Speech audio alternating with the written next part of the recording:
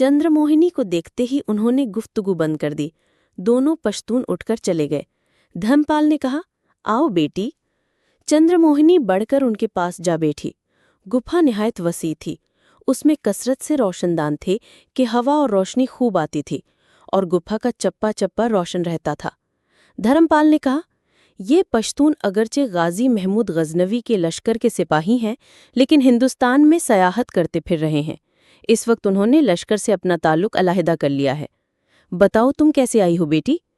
चंद्रमोहिनी, मुझे बहुत कुछ कहना है। मैं बहुत परेशान हूँ। इत्मीनान व कल्ब और सुकूने दिल हासिल करने आपके पास आई हूँ। धर्मपाल, मैंने रात ही तुम्हारा चेहरा देखकर अंदाजा कर लिया था कि तुम बहुत ज्यादा गमगीन और बहुत ज्यादा बेचैन हो। मुझे ख्याल हुआ था कि शायद डाकुओं के हमले का ये असर है, लेकिन अब मालूम हुआ कि कोई खास बात है। कह डालो जो तुम्हें कहना है।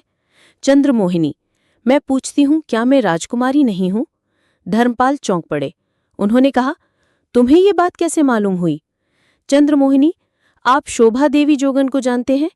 धर्मपाल, इसीलिए वो मथुरा जी चली गई है। उसने बड़ी हमाकत की।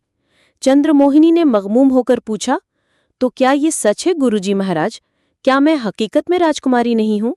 धर्मपाल, मैं झूठ ना बोलूंगा बेटी, ये सच है, लेकिन तुम फिक्र व अंदेशा ना करो। तुम राजकुमारी हो और राजकुमारी ही होगी। चंद्रमोहिनी, ये बात महाराजा और महारानी को भी मालूम है? धर्मपाल, हाँ मालूम है, लेकिन वो तुम्हें अपनी बेटी से ज्यादा चाहते हैं। चंद्रमोहिनी, महाराज, फिर मैं किसकी बेटी हूं? मेरे वालदेन कौन हैं? कहाँ रहते हैं? धर्मपाल कुछ अफसुर्दा हो गया। उसने नमगीन आंखों से चंद्रमोहिनी को देखकर कहा, मुमकिन है ये बातें तुम्हें 1 या 2 दिन अज खुद मालूम हो जाएं। चंद्रमोहिनी, लेकिन क्या आप मेरे वालदेन को जानते हैं? धर्मपाल, हाँ जानता हूं, मगर बता नहीं सकता। मेरे होठों पर मोहर लगी हुई है। चंद्रमोहिनी ने पैकरे मौजज़ व वनियाज बनकर कहा, बता दीजिए गुरुजी महाराज, बता दीजिए। मुझे अपने वालिदैन के देखने का इश्तियाक पैदा हो गया है। धर्मपाल, सब्र करो बेटी, सब्र करो। वो वक्त बहुत करीब आ गया है जब तुम अपने वालिदैन को जान जाओगी। वो तुम्हें जहां को हैरत में डाल देगा। अपनी आगोश में लेंगे और तुम अपनी माँ की गोद का सुकून हासिल करोगी। तुम्हारी जिंदगी के राज से जो पर्दा उठेगा, वो दुनिया जहां को हैरत में डाल दिएगा। चंद्रमोहिनी निहायत हैरान हो रही थी। उसने कुछ कहना चाहा। धर्मपाल ने कहा, मैं तुम्हारा गुरु हूं, मेरे हुक्म तामील तुम्हारा फर्ज है। मैं हुक्म देता हूं, तुम चंद रोज खामोश रहो। तुम यही समझो कि तुम राजकुमारी हो। किसी पर ये जाहिर ना होने दो कि तुम्हें ये बात मालूम हो गई है कि तुम राजकुमारी नहीं हो। चंद्रमोहिनी सोचकर बोली, मैं इस हुक्म की तामील करूंगी, लेकिन एक और मुसीबत मुझ पर नाजिल होने वाली है। धर्मपाल ने चौंक कर कहा, वो क्या बेटी? चंद्रमोहिनी बोली, क्या आपने नहीं सुना मेरी शादी के मुतल्लिक?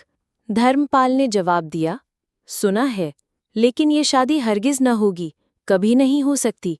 धर्मपाल को कुछ जोश आ गया। चंद्रमोहिनी देखकर हैरान रह गई।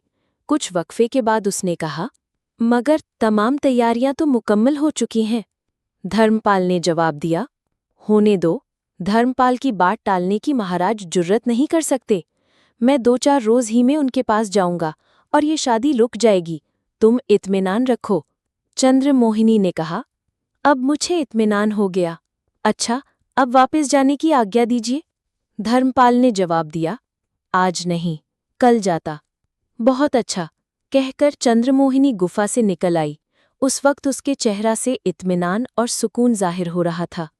उदासी और गमगीनी के जो बादल उसके रुखे रोशन पर उमड़ आए थे, वो छट गए थे और अब उसका चांद सा चेहरा फिर जगमगाने लगा था।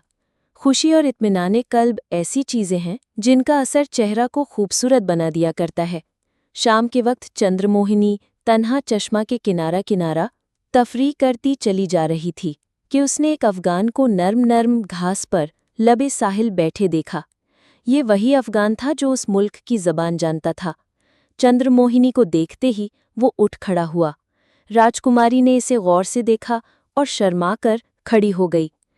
पश्तून ने कहा, राजकुमारी, क्या मैं आपका नाम मालूम